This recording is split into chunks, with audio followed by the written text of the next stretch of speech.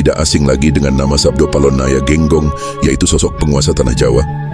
Kali ini kita akan membahas terkait janji Sabdo Palon, bahwa 500 tahun akan kembali untuk menegakkan perilaku anak cucu yang sudah tidak eling dengan leluhur bangsa Tanah Jawa.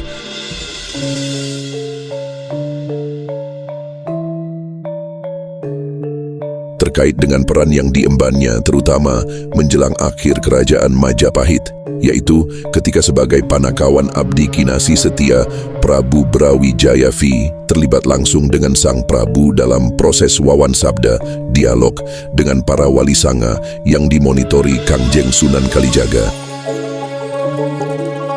Sebagai panakawan adalah sangat luar biasa karena sikapnya itu kemudian menjadi suatu garis pandangan yang ditengarai memiliki alur sendiri dan bahkan berubah menjadi posisi tawar-menawar sehingga dari kurun waktu sampai sekarang menyita para pemerhati tentang sikap tersebut. Sikap Sabda Palon dan Naya Genggong yang dimaksudkan di sini adalah ketika Sang Prabu Brawijaya V yang beragama Buddha atas kepiawian Kangjeng Sunan Kalijaga konon mempengaruhi Sang Prabu menjadi pemeluk agama Islam. Hal ini akibat dari lengsernya beliau dari kekalahan Majapahit atas serangan Garbek dari Sultan Demak Erpatah yang notabene adalah putranya sendiri dari ibu berdarah Campa. Dengan ditengarai sirna ilang kertaning bumi tahun 1400 Saka. Sedangkan kedua panakawan tersebut menolak dawuh Dalem dan bahkan meninggalkan Sang Prabu dengan berjanji akan kembali sesudah 500 tahun lagi sesuai dengan komitmen dan konsistensi kedua punakawan tersebut sebagai pamomong Nuswa Jawi.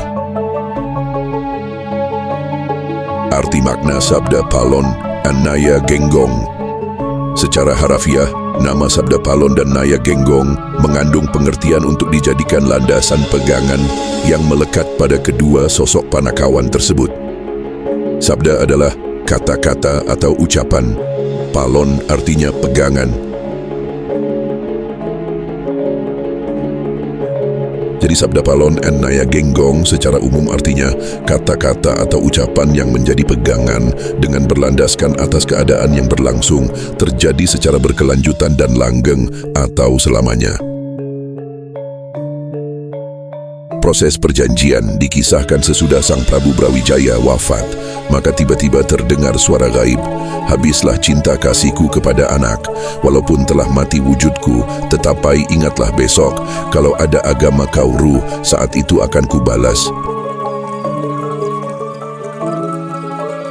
Mendengar suara gaib tersebut, Sultan Demak yang didampingi Kangjeng Sunan Kalijaga, keduanya merasa bersalah. Untuk menebus kesalahannya, maka Kangjeng Sunan Kalijaga selalu menggunakan pakaian jubah warna hitam. Hal ini yang membedakan dengan para wali lainnya. Di samping itu juga memakai penutup kepala yang bernama udheng atau iket berwarna wulung. Alkisah kemudian Kangjeng Sunan Kalijaga mendapat petunjuk dari Yang Maha Kuasa, yaitu mengenai ilmu sejati ning urip,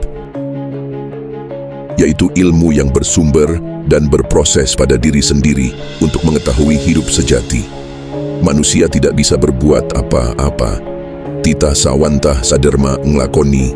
Manusia sekedar menjalani, sedangkan budi yang menggerakkan kehendak sehingga keluar berupa ucapan atau sabda. Mangkono trahing awirya yenta hamaksih mesuk budi ingkarsa aglis dumugi wedatama. Dan itu semua atas kehendak Zat yang Maha Agung.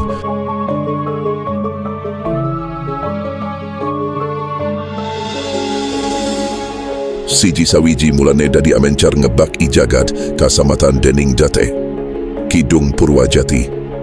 Selanjutnya dalam proses perjanjian itu, Sang Prabu Brawijaya V sebetulnya mengajak Sabda Palon dan Naya Genggong untuk masuk agama Islam. Tetapi dengan tegas kedua panakawan tersebut menolak karena memiliki keyakinan atas keutamaan budi, yaitu agama Jawa yang sudah berlaku secara turun-menurun. Bagi Sabda Palon dan Naya Genggong, agama budi adalah yang paling sesuai untuk Nuswa Jawi.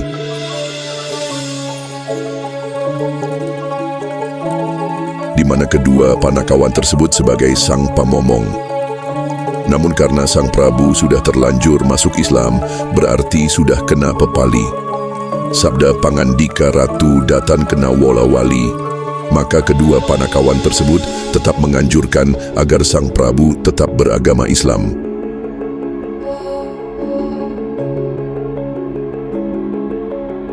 Sedangkan Sabda Palon dan Naya Genggong tetap menganut agama Budi dan menyampaikan bahwa kelak penguasa Nuswa Jawi akan menjadi asuhannya.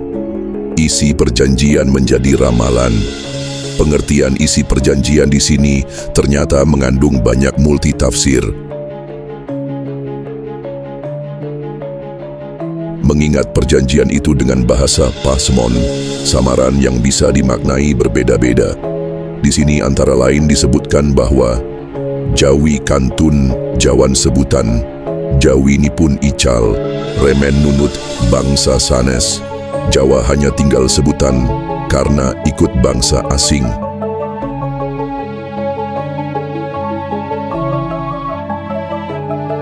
Tanah Jawi dados beter awis-awis Jawa, udan salah artinya tanah Jawa, jadi banyak huru hara isinya panah semua.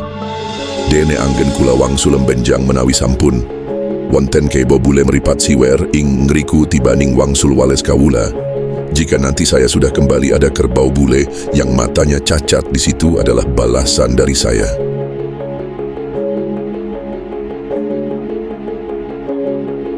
Bubrasa kata hing tata lir kiamat saben arikan ti jumle guripun hardi merapi wirid wed hatama. Sang Prabu diaturi ngektosi ing besuk yen ana wong Jawa ajeneng tua agegaman kauruh ia iku kang dimong Sabda Palon wong Jawan arep diulang marang bener luput. Sedaya kalawau karsanipun latawal huja ingkang damel bumi langit.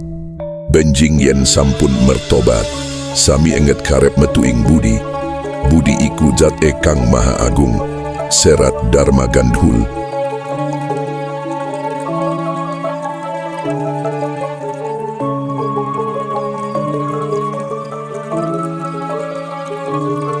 Sesudah itu Sabda Palon dan Naya Genggong akan dirangkul Sang Prabu, tetapi menghilang. Arti isi perjanjian menjadi ramalan. Karena semua yang terkandung dalam perjanjian itu berupa peristiwa atau kejadian yang akan datang.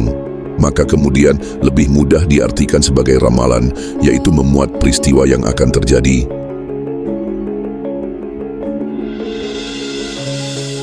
Bahwa yang terjadi kemandirian masyarakat Jawa, Nuswa Jawi Nusantara lebih tergantung pada bangsa asing. Hal itu semenjak bangsa Belanda, kebo bule matane siwer, datang di bumi Nuswa Jawi Nusantara Indonesia selama 3,5 abad dan bahkan sampai sekarang. Demikian pula keadaan alam Indonesia sekarang ini yang berubah sesuai hukum alam yang menunjukkan banyak gerakan alam. Sedangkan wong Jawa ajeneng menggunakan nama tua-tua serta ageman, agama kauruh, pengetahuan yang mengajarkan kebenaran dan kesalahan, serta kapan Gunung Merapi meletus masih menjadi pertanyaan sampai sekarang. Realitas masa sekarang, perjalanan zaman semenjak perjanjian itu pada tahun 1400. Saka sampai sekarang dihitung sudah lebih dari 500 tahun. Tepatnya yaitu tahun 1978, yaitu ditandai dengan munculnya aliran kepercayaan terhadap Tuhan Yang Maha Esa.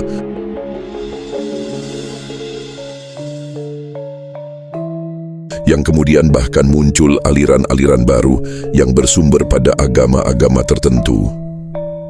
Namun itu semua nampaknya belum bisa menjawab apa yang dimaksud dengan isi ramalan Sabda Palon dan Naya Genggong.